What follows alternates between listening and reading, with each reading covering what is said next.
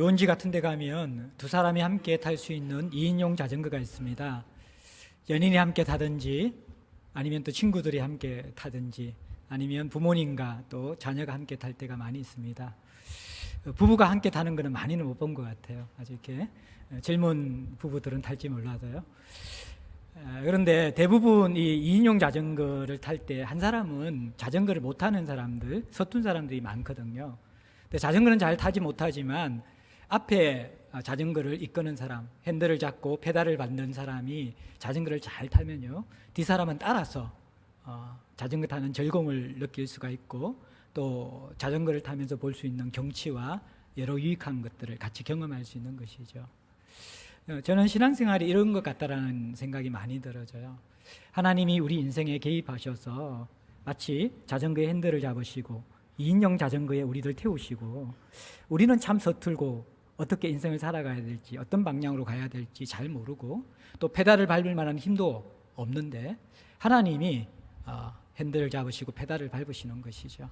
그러면서 우리가 할 수 있을 때 아주 평탄하고 안전한 길에서는 야 너가 한번 밟아봐 그렇게 하시다가 비탈길을 올라갈 때 힘들 때는 하나님 또 끙끙거리시면서 그것을 밟아서 우리의 인생의 고비를 넘기게 하시면서 우리 인생을 이끌어 주시는 하나님, 그 하나님을 참 생각나고 기억할 때가 많이 있습니다.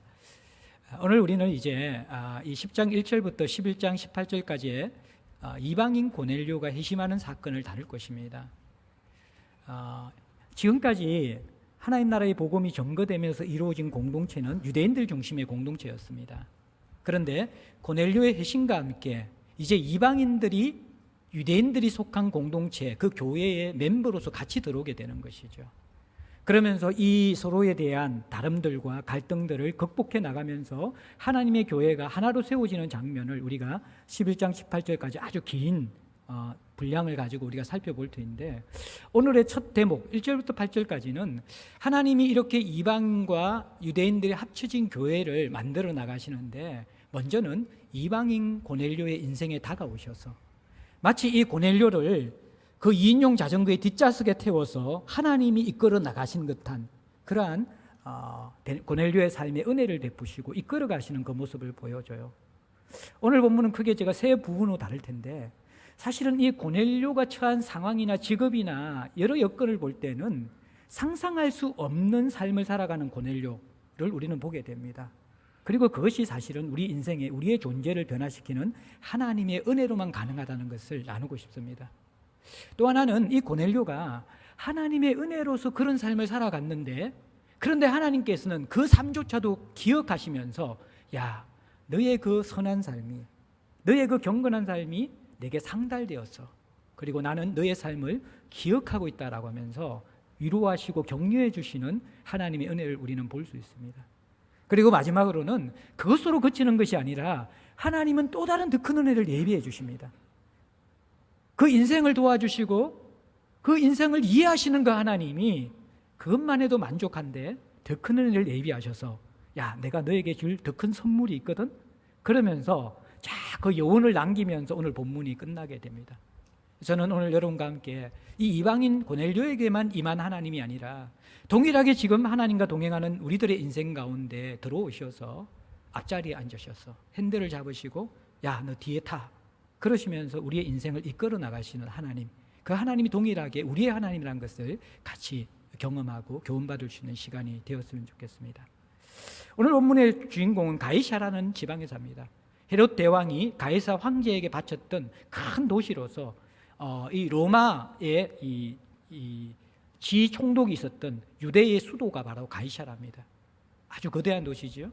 가이사라에 살면 서울특별시에 사는 것처럼 자부심을 가질 수 있습니다. 근데 그 가이사라는 곳에서 고넬료라는 사람이 있는데 이 사람은 이달리아 부대 소속입니다. 이달리아 부대가 뭔가? 개혁 개정이 왜 이렇게 번역했는지 모르겠어요. 이달리아 부대는 여러분들 이탈리아 부대, 로마 부대입니다. 그냥 이탈리아 부대 하면 될 건데 왜 이탈리아를 잘 모르겠는데 어렵게 쉽게 이야기하면요, 당시에 이 군대는요, 식민지 지배를 하는 군대는요, 주둔지나 아니면 다른 식민지에서 차출한 용병들로 구성되어진 부대가 있고요, 그리고 로마에서 직접 파송된 정예 이 군인들이 이제 같이 모여 있는 정예 부대가 있다라는 거예요. 그러니까 이탈리아 부대라는 것은 로마에서 직접 파송된 정예 부대라는 거예요. 여기에 소속되어 있으면 엄청난 자부심을 가져. 가이사라는 도시에 로마의 정예 부대다. 엄청난 그러한 자부심을 가질 수 있는 부대예요. 거기에 이 사람은 백부장이라는 직위를 가지고 있습니다. 백부장은 로마의 군대 조직 가운데 100여 명 정도의 사람들을 인솔할 수 있는 지휘관을 의미하는 것입니다. 중급 지휘관이죠. 중급 장교. 오늘날 같으면 한 대위 정도의 계급에 해당하는 사람들입니다. 근데 로마의 군 제도로 볼 때 백부장이 어떤 성격이냐 그러면요, 보병으로 시작해서 최고의 지위에 올라갈 수 있는 것이 여러분들 바로 대위가 되어지는 백부장이라는 거예요.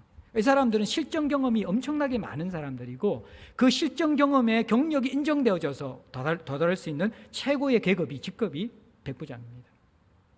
자, 그러면 상식적으로 생각하는 로마의 중급 장교인 백부장은 어떤 사람이냐 그러면요, 좋은 이미지를 가지고 있는 사람이 아니었습니다. 당시의 군인 자체가 사람들에게 좋은 이미지가 아니었습니다. 그들은 억압의 대상이었고 잔인함의 대명사였고 무례한 사람들이 바로 군인들이었거든요. 그래서 터툴리안이라는, 물론 터툴리안은 그 후에 100년 이후에 그런 학자이지만 성도들에게 당신들이 여러 가지 직업은 선택해도 좋은데 군인은 되지 말라고 했습니다. 왜냐 그러면 그 군인이라는 자체가 그리스도인이 살아가야 될 길과 성품과 너무 맞지 않기 때문에 군인은 그리스도인의 직업에 들 수 없을 정도로 그렇게 잔인하고 또 인간성을 파괴시키는 그러한 직업이었다는 것입니다. 거기에다가 여러분들 중급 장교잖아요. 중급 장교. 고위 장교들은 그래도 있잖아요. 여러분들 적군이든 아군이든 어느 정도의 인품과 사람의 됨됨이가 있어요. 그 리더십을 행사하려고 그러면. 근데 이 중급 장교들이 오히려 더 거만하고 무례하고 권력을 함부로 사용하는 경우가 훨씬 더 많다라는 것입니다. 그러면 또 이 사람은 이 로마 사람이잖아요. 로마 사람이 피식민지 제국을 지배한다 그러면 마치 일본인들이 우리나라를 지배하는 것, 이 우리나라 백성들, 조선 백성들에게 어떻게 대했는가 생각해 보면 대부분 이미지가 그려질 것입니다. 식민지 지배의 그 제국의 백성들을 향하여서 중급 장교, 군인도 잔인한데 더 잔인하고 또 교만한 엘리트, 로마 정예 부대에 소속되어 있는 중급 장교인 고넬료. 상식적으로 생각하면 가까이 상종하기 싫은 사람입니다. 이런 사람들은. 그런데 2절에서는 이 고넬료의 모습을 우리가 상상할 수 없는 모습으로 우리에게 묘사하고 있거든요. 어떻게 묘사합니까? 그가 경건하다 그럽니다. 경건한 이방인이라는 거예요. 경건한 이방인.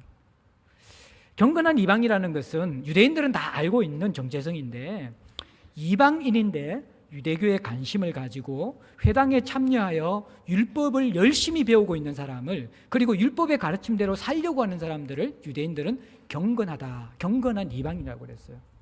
그런데 이들은 할례를 받지 못했기 때문에 정식적인 유대교로 개종할 수는 없습니다.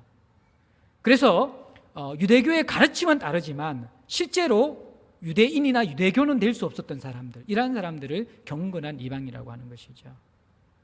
그런데 이 사람의 실제 신앙의 모습이 어떠냐 그러면 하나님을 경외했다, 그렇게 이야기합니다. 하나님을 경외했다라는 거예요. 하나님을 경외했다라는 것은 피조물인 인간이 창조주이신 하나님을 향하여 가져야 될 바른 자세가 경외함입니다. 경외함. 고넬료가 그런 자세가 있었다라는 거예요. 유대인들은 오랜 이 습관, 성경과 율법의 틀에 갖추어서 자주 이스라엘 백성을 해서 너희들이 마음으로 나를 공경함이 없도다라는 말을 하나님이 자주 하셨어요. 그런데 오히려 이 이방인 주제에 이 고넬료는 마음의 진심으로 하나님을 경외하는 바른 자세를 가지고 있었던 것이죠. 그 하나님을 경외하는 바른 자세가 하나님을 향하여서는 항상 기도했고 백성들을 향하여서는 많이 구제했다라고 그렇게 설명하고 있습니다. 균형 잡혀 있죠. 하나님을 향하여서는 기도하고 백성들을 향하여서는 많이 구제한 것이 고넬료의 모습이었습니다. 하나님을 향한 신실함은 기도에서 드러난다라는 거예요. 경외함들은. 살아계신 하나님을 믿지 않는 사람들은 종교 생활은 하지만, 사람들 눈앞에서의 신앙 생활은 하지만 기도 생활은 안 합니다. 그런데 이 고넬료는 항상 현재 분사형, 지속적으로 쉬지 않고 기도하는 진실한 사람이었습니다. 또 백성들을 향해서 많이 구제했습니다. 가이사랴에는 물론 이방인들도 있었지만 유대인들도 있었거든요. 그리고 나중에 보겠지만 유대 온 족속에게 칭송을 받았다는 것은 유대인들을 중심으로 구제했다는 거예요. 이 식민지 백성들에게 구제를 했다는 것입니다.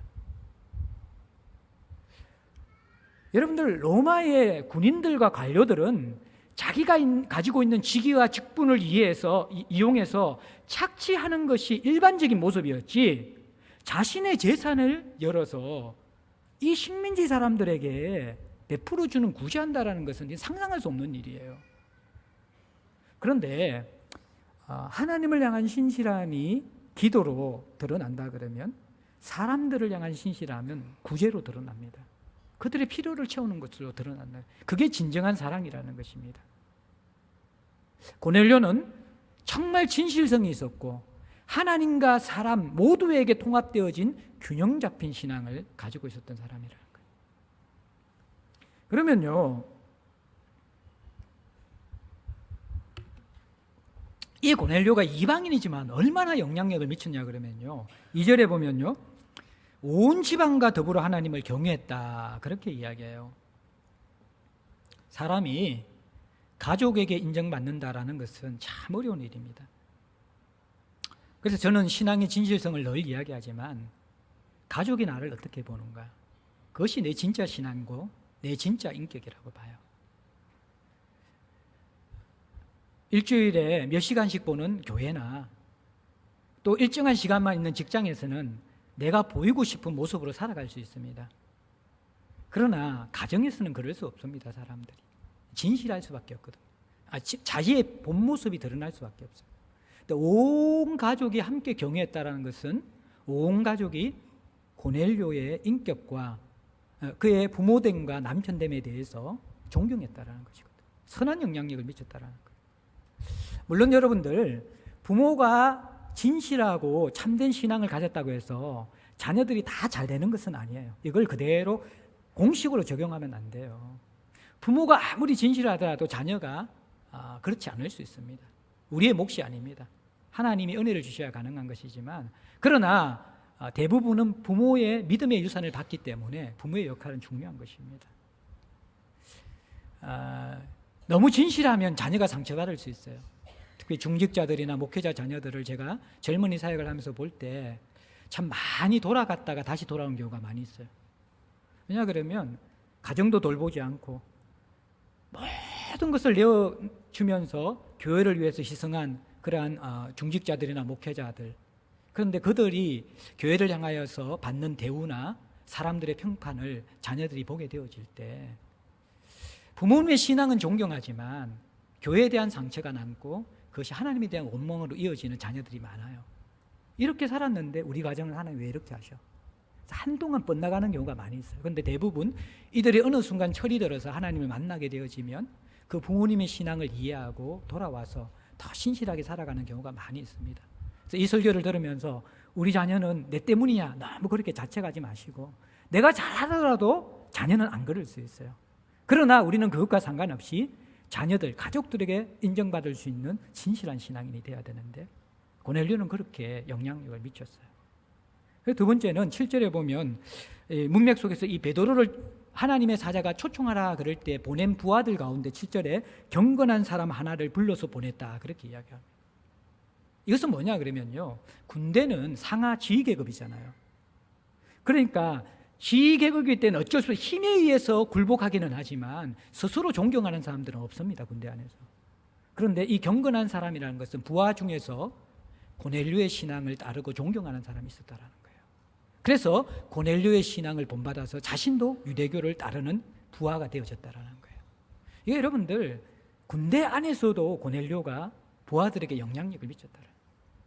오늘날 성도들의 문제가 무엇입니까? 얼마 전에 터졌던 대장이었던 크리스찬 있잖아요. 별에게 있었던. 군복음화를 위해서 열심히 수고하셨지만 그 공감병 갑질을 해서 그 아이가 자살을 생각할 정도로 그 마음을 먹었다는 것은 무엇입니까? 맞지 않는 신앙이죠. 예. 군복음화를 꿈꾸는데 가장 가까이 자기 집에서 함께 사는 그 사람은 고통을 받아서 죽고 싶은 마음이 들 정도의 그 정도의 인격과 그 정도의 모습으로서 부활을 대한다라는 것은 그것은 잘못된 것이죠. 진실하지 않다라는 거예요. 예. 고넬료는 어떻습니까? 그 군대 문화 속에서 부하들이 스스로 존경할 수 있는 영향력이 있었어요. 그리고 나중에 22절에 여러분들 보면요, 온 유대 족속이 고넬료를 칭송했다고 합니다. 사실 유대인들은 이방인들이 이 세상에 태어난 목적은 마지막 날에 지옥불에 땔감이 필요한데 그 땔감의 재료로 이방인들이 태어난다라고 이야기했습니다. 그래서 이방인들이 아이 한 명을 출산하면 야, 저기 땔감 하나 나왔네. 그게 유대인들의 보편적인 인식이었다라는 거예요.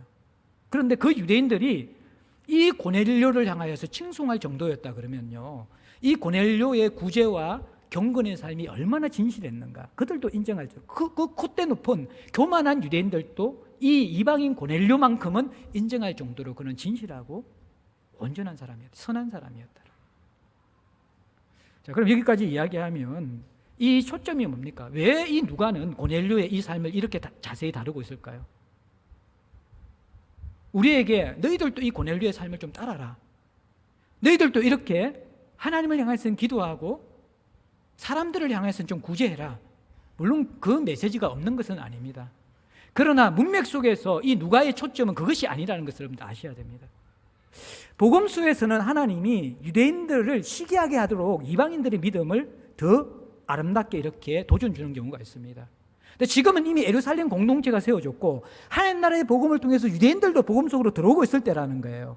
그래서 여기에 이 메시지의 초점은 너희들도 이방인 고넬료도 그렇게 살아가는데 너희들은 더 열심히 살아가야 되지 않느냐는 그 메시지이기보다도 지금은 하나님의 은혜와 복음의 확장의 능력을 보여주는 게 초점이거든요. 우리가 상식적으로 생각할 때 되어져 있어야 될 고넬료의 모습과 하나님과 연결된 고넬료의 모습의 차이를 보라는 것입니다. 본래 고넬료가 속해 있는 그 로마 군인이라는 직업과 충격 장교라는 직분과 로마 시민이라는 식민지 제국을 통치하는 시민의 그 모습은 고넬료의 모습과는 너무 거리가 멀다라는 거예요.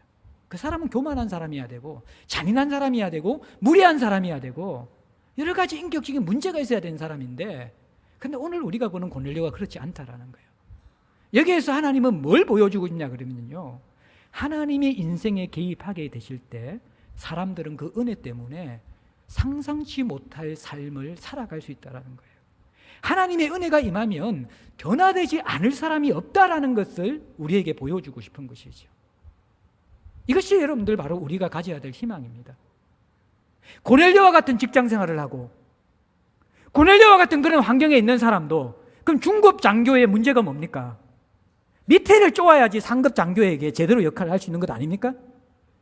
그런데 자기 것 착복하지 않고 구제하면서 살아가는 고넬료가 그 계급 사회와 뇌물 사회 가운데서 불이익이 없었을까요, 여러분들? 한번 생각해 보자는 거예요. 우리가 살아가는 사회가 그렇지 않습니까?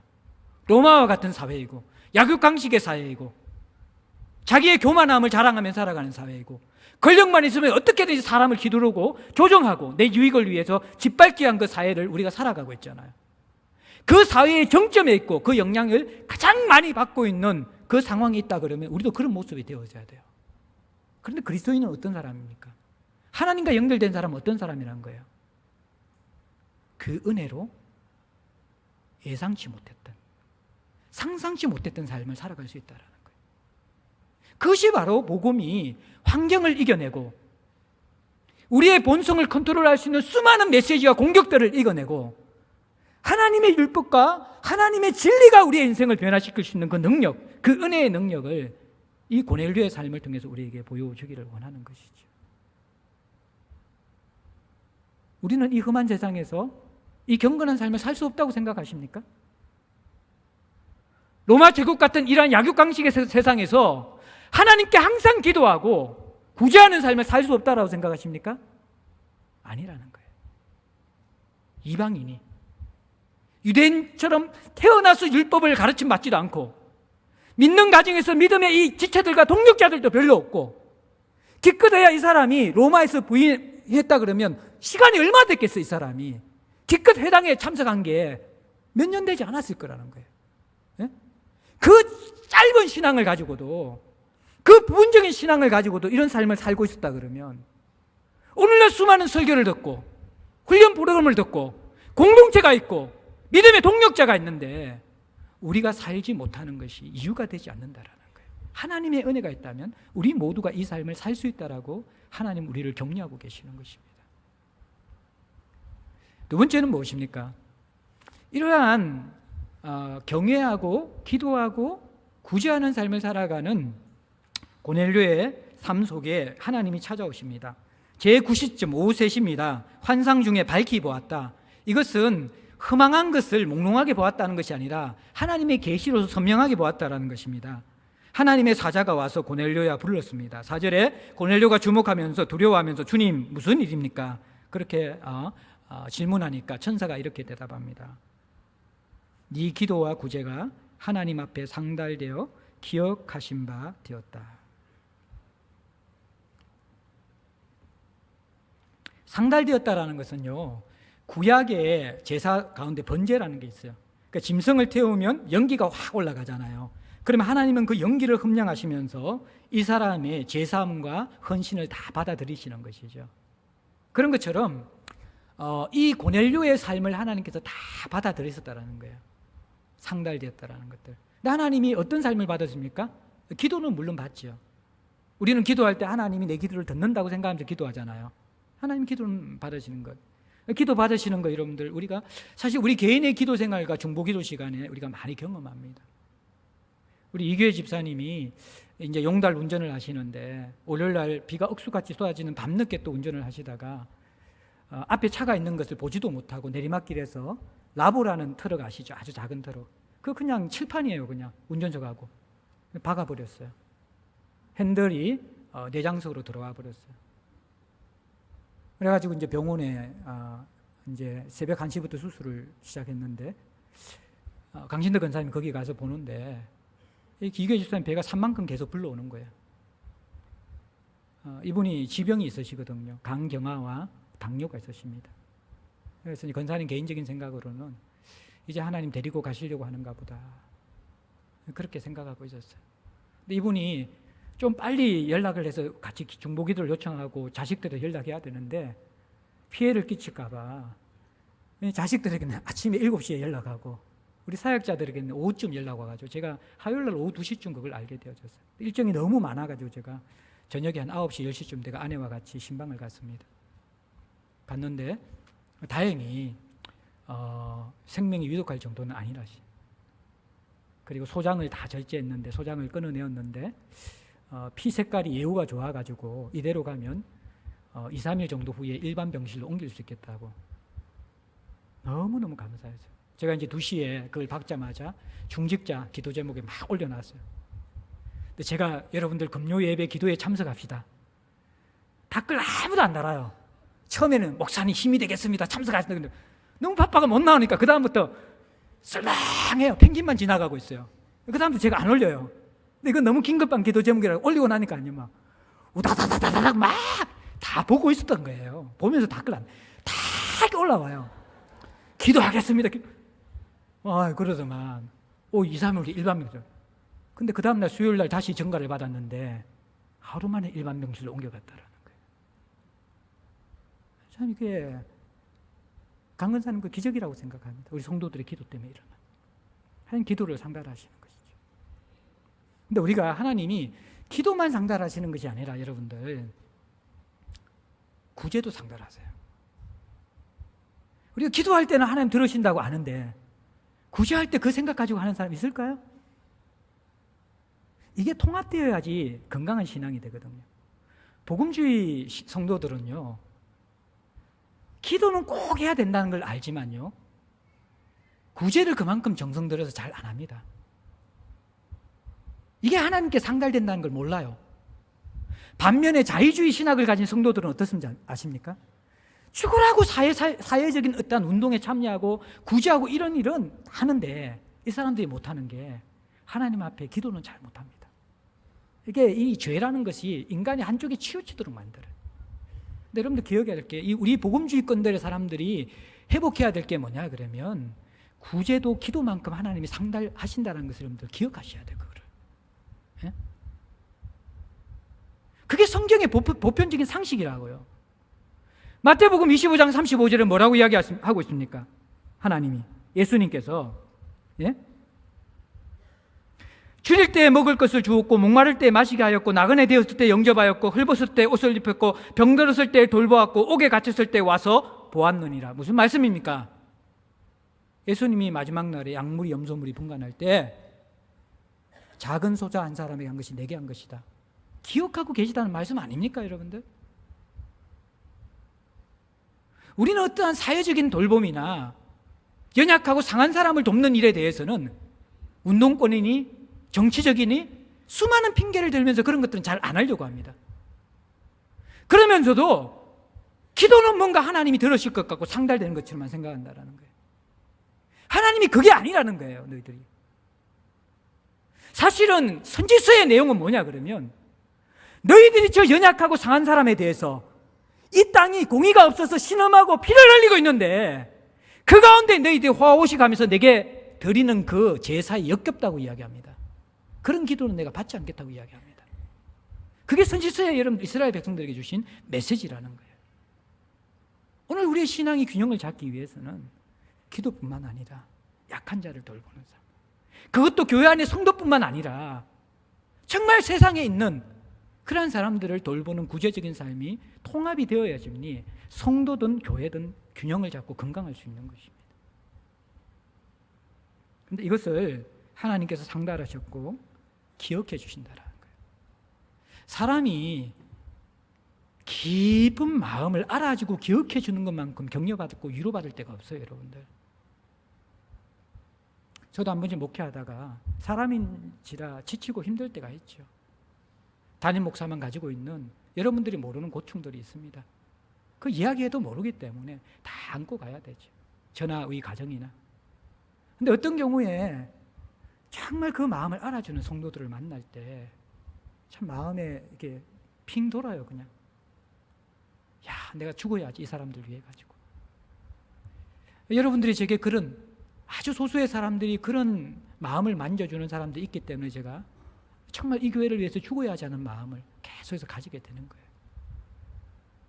그래서 우리 장로님들, 저는 당회를 하면서 그런 마음이 들었어요. 너무너무 저는 이 교회에서 사역하는 게 감사한 것이죠. 지난 이제 복귀하고 나서 제가 8월 당회하면서 토요일 날 당회했는데 새벽 3시까지 잠을 못 잤어요. 왠지 아세요? 감사해서. 참 6년이 지나니까 서로가 이렇게 마음을, 같은 건 아니에요. 우리 생각과 기질은 다 달라요. 근데 이렇게 서로를 이해하고 있구나. 감사했어요, 제가 또 이제 지난주에 10년 전에 제가 가르쳤던 제자가, 선교단체 제자가 한 명이 찾아왔어요. 선물을 들고 이제 찾아왔어요. 교회에 대한 딴 교회 다니는 자매인데 너무 힘들어서 제가 한두 번 상담을 해줬습니다. 그 먼 데서 부천이 집인데 우리 교회까지 와서 예배를 몇 번 드리러 왔어요. 그래서 이제 거기에서 참 리더십 안에서 오해를 받고 큰 상처를 입고 있어가지고 더 이상 교회도 다니지 못하고 그 교회를 나가지도 못하고 이 교회 저 교회 전전하면서 저희 교회도 몇 번 예배를 드리러 왔습니다. 그때 제가 잘 이야기를 들어주고 또 마음을 만져주었습니다.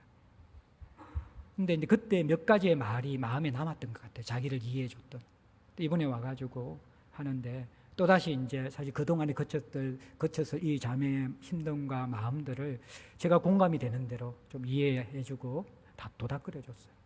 그 자매 눈물을 글썽글썽 하면서 그래서 제가 교회에 돌아가기로 했습니다.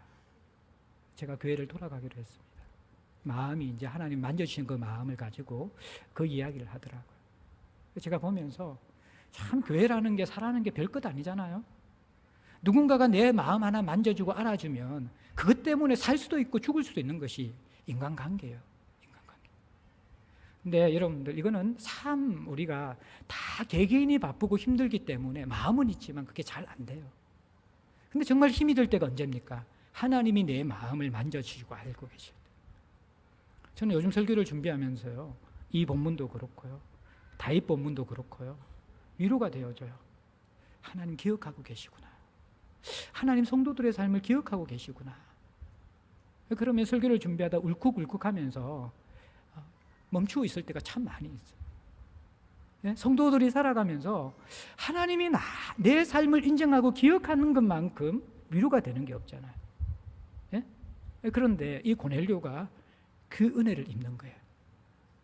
이게 여러분들 금방은 아닐 거예요. 오랜 동안 구제와 여러분들 이 경건한 삶을 살았으니까 사람들이 알고 유대 백성들이 칭송했다는 것은 하루 며칠 하고 그런 게 아닐 거예요. 긴 시간 동안 정말 지칠 마음도 한데 그걸 견뎌왔던 거예요. 그런데 하나님의 때가 잦아 그게 상달되어지고 위로받는 거예요. 그게 성도예요. 우리 선배 간사님이 그 말씀하셨어요. 자기는 천국 가서 제일 먼저 하고 싶은 것이 예수님 품에 안겨서 엉엉 울고 싶다고 그랬어요. 이 땅에서는 몸이 깨어지도록 수고하고 누가 알아주지 못하더라도 자기의 몸을 번제로 드는 것처럼 다 소진해서 정말 손끝 하나 까딱할 수 없는 그런 힘이 없는 그 상태에서 하나님 부르시면 예수님 품에 안겨서 엉엉 울고 싶다고 그랬어요. 그 마음이 뭔지 여러분들 정말 주의 나라를 위해서 살아가는 사람들이 이해할 것입니다. 성도에게는 그 위로가 있습니다. 이 땅에서 위로받지 못하더라도 그분의 품에서 아시죠 하면서 울 수 있는 날이 있다라는 것들. 그러면 사람들이 치유가 되어져요. 왜 속병이 생기고 왜 우라병이 생기고 왜 사람들의 인생이 그렇게 힘든지 아십니까? 마음이 만짐받지 못하기 때문에 그런 거예요. 하나님이 그것을 해주시는 것입니다. 마지막으로 이제 이 하나님께서 숨은 선물이 또 하나 있어요. 천사가 이렇게 그 마음을 만져주고 너 인생 기억한다 하고 나서 하나 지시합니다. 5절 6절에 보면 저 무두장이 시몬의 집에 있는 해변가 시몬의 집에 있는 베드로 초청해라. 지난 시간에 이야기했지만 베드로는 다비라를 살렸습니다. 그러면 요바에서 엄청난 대접을 받을 수 있는데 부정한 직업으로 알려져 있고 냄새나는 그 죽은 짐승들이 있는 사람이 가까이 하고 싶지 않는 떨어진 그 시몬의 집에 유숙했어요. 왜 그랬을까요? 예? 오늘 본문과의 이음 속에서는 베드로가 율법의 선입견이 깨어지면서 이방인까지도 하나님의 백성으로 받아들이기 위해서 이 사람에 대한 선입견이 깨어져 가고 있는 과정이고, 또 하나는요, 아마 시몬이, 이 무도장이 시몬이 예수 그리스도 하나님 나라의 복음을 더 알고 싶어 했을 거예요. 그러니까 베드로는 뭐냐 그러면 자기가 대접받을 수 있는 사람을 찾아가는 목회자가 아닙니다. 사역자가 아닙니다. 무두장이지만 복음을 알고 싶어하는 사람을 찾아가는 거예요. 교회가 그렇게 되어져야 돼요. 교회 사역자들이나 성도들이 복음을 나누고 본을 받고 본을 이렇게 전해줄 수 있는 그러한 사람들을 찾아다녀야지, 세상적인 그런 화려한 사람들, 그 사람들이 우선이 되어지고 집중되어지고 찾아가면 안 되는 것이죠. 시몬이 그랬다는 거예요. 베드로가 그랬다는 거예요. 근데 이 베드로를 초청해 오라고 그래요. 그러니까 여러분들 마침 천사가 떠나자마자 7절에 적시로 적극적으로 순종하면서 고넬료는 집안 하인들과 부하 가운데 경건한 사람을 불러서 요바로, 이 50km 거리거든요. 먼 거리예요.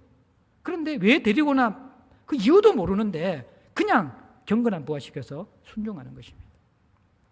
여기에 하나님의 숨은 선물인데 그게 뭐냐 그러면요, 지금 이 고넬료의 삶은요, 예수 그리스도의 복음을 알지 못해요. 그죠? 하나님 나라의 복음을 알지 못해요. 그리고 성령도 체험한 적이 없어요. 아주 작은 율법에 대한 지식, 그 구약의 율법에 대한 작은 지식 하나 가지고 이런 삶을 살아가고 있던 사람이에요. 근데 그것이 은혜의 삶이었죠. 그리고 그것을 또 알아주는 은혜가 임했죠. 그런데 이 고넬료에게 하나님은 더 깊은 선물을 주고 싶은 거예요. 그게 뭔지 아십니까? 베드로를 초청해서 예수 그리스도를 소개하는 것입니다. 하나님 나라의 복음을 소개하는 것입니다. 그래서 이 고넬료가요, 베드로를 초청하고 나서 그 귀한 베드로, 대사도잖아요. 혼자 그분을 만날 수 없어서 일가 친척을 부르고 친구들을 불러서 베드로의 설교를 듣는 거예요. 베드로의 설교의 내용이 뭡니까? 하나님만 알고 있었는데 이제 나를 위해서 십자가에 죽으시고 돌아가신 그 희생제사, 세시에 드렸던 희생제사의 주인공이신 우리의 영단번의 제사를 드리신 예수 그리스도를 소개받는 거예요. 그리고 그 설교를 들으면서 고넬료를 비롯한 그 이방인 친구들이, 가족들이 성령을 받아버리는 거예요.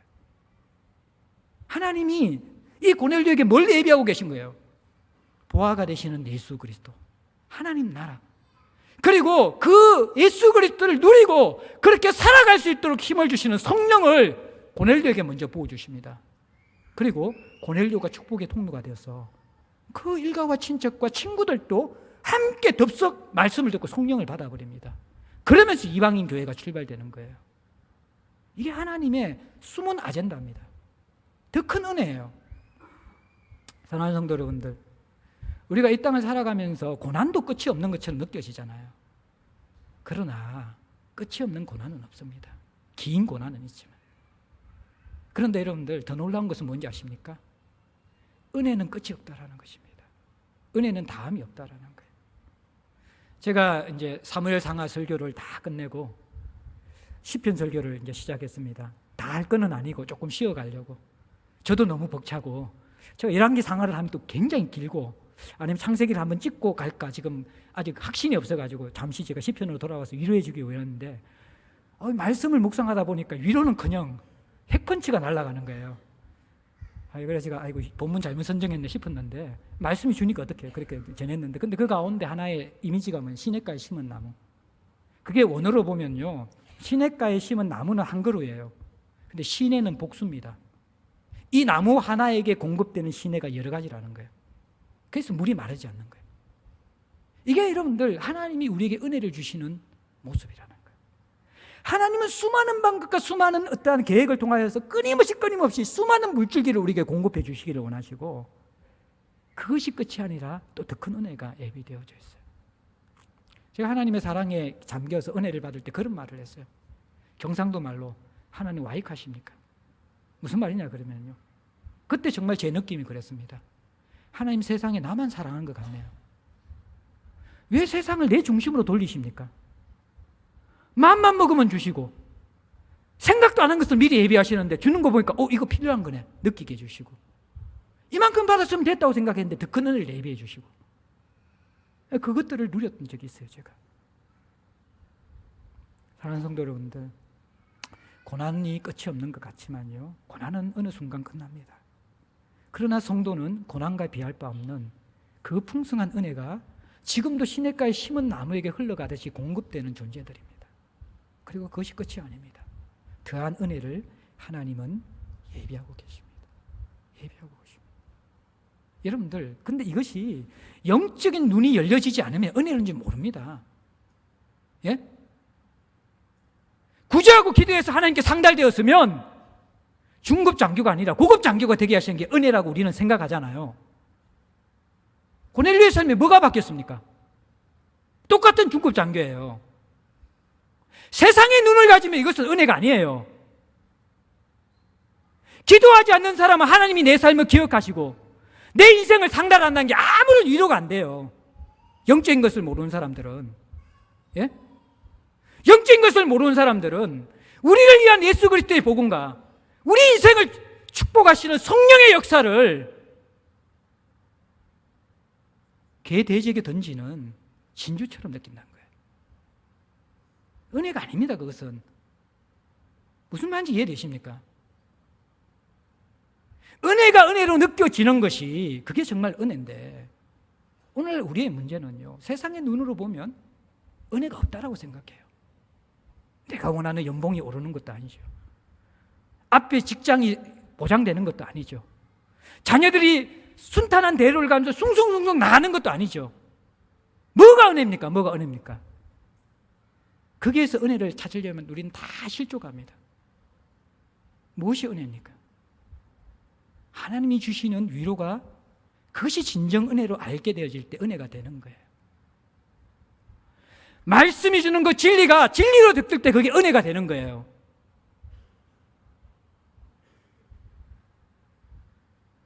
성령이 우리를 위해 기도하시고 도우시는 그것이 정말 은혜로 여겨질 때 그게 은혜가 되는 거예요. 그 은혜는 무궁무진합니다. 그 은혜는 이 세상의 영광과 비교할 수 없을 정도로 우리를 살리는 것이고 다함이 없고 끝이 없는 은혜라는 거예요. 우리가 그 세계로 들어가야 돼요. 거기에 이끌림을 받고 그것을 누리고 그것이 채워지고 그 영광을 누리는 성도가 되어야 하는 거예요. 하나님이 여러분 인생을 이렇게 이끌어가기를 원하십니다. 찬양하겠습니다. 324장 찬송입니다. 324장 찬송입니다.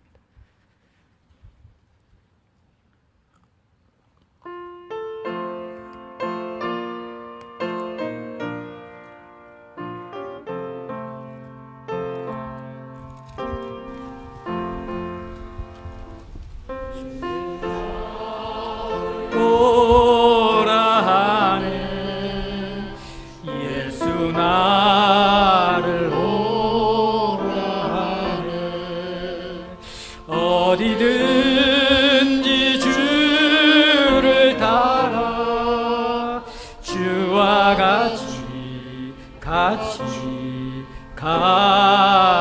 가려네 주의 인도하심 따라 주의